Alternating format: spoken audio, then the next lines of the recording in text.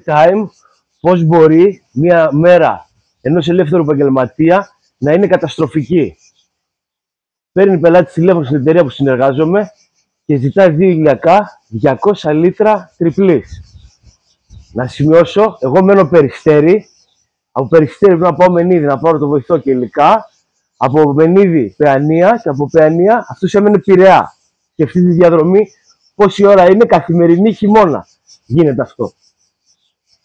Ξεκινάω το πρωί, κάνω αυτή τη διαδρομή που σας είπα, φτάνω Παιανία, φορτώνω, Πειραιά, έξω από το σπίτι, 2.200 τριπλής, το κάθε καζάνι ζυγίζει από 85 σε 90 κιλά, σκεφτείτε.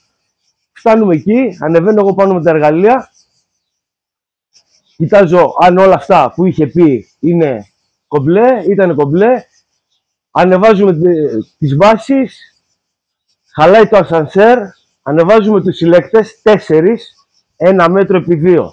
Στενή σκάλα, να τονίσω, στενή σκάλα. Και 2 και ανεβάζουμε, αφού έχει χαλάσει το ασανσέρ, και τα 2 καζάνια. Πριν ανεβάσουμε όμως τα καζάνια, ο άνθρωπος λέει το εξής. Παιδιά, λέω, εγώ πετάγομαι κάπου για μισή ώρα και έρχομαι. Εντάξει. Φτάνουμε στο σπίτι, στον όροφό του, έπρεπε για να πάμε στην ταράτσα να περάσουμε μέσα από το διαμέρισμά του και τα ηλιακά θα μπαίναν από πάνω από το διαμέρισμά του. Όχι στο δώμα, πάνω από το διαμέρισμά του. Δηλαδή, όποιος ήθελε να κάνει κάτι στον ηλιακό του, έπρεπε να πέρασε μέσα από το διαμέρισμό του.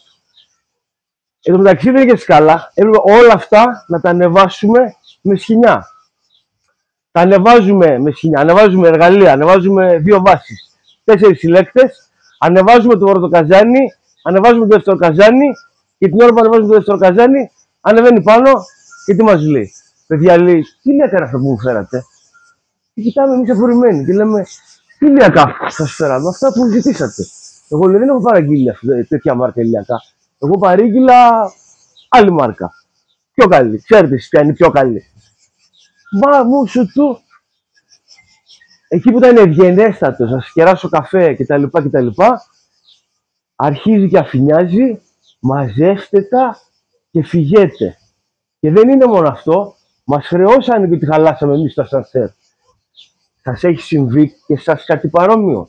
Αν ναι, γράφτε μου κάτω στα σχόλια την ιστορία σας και αν σας άρεσε το βίντεο, κάντε ένα like και ακολουθήστε μας.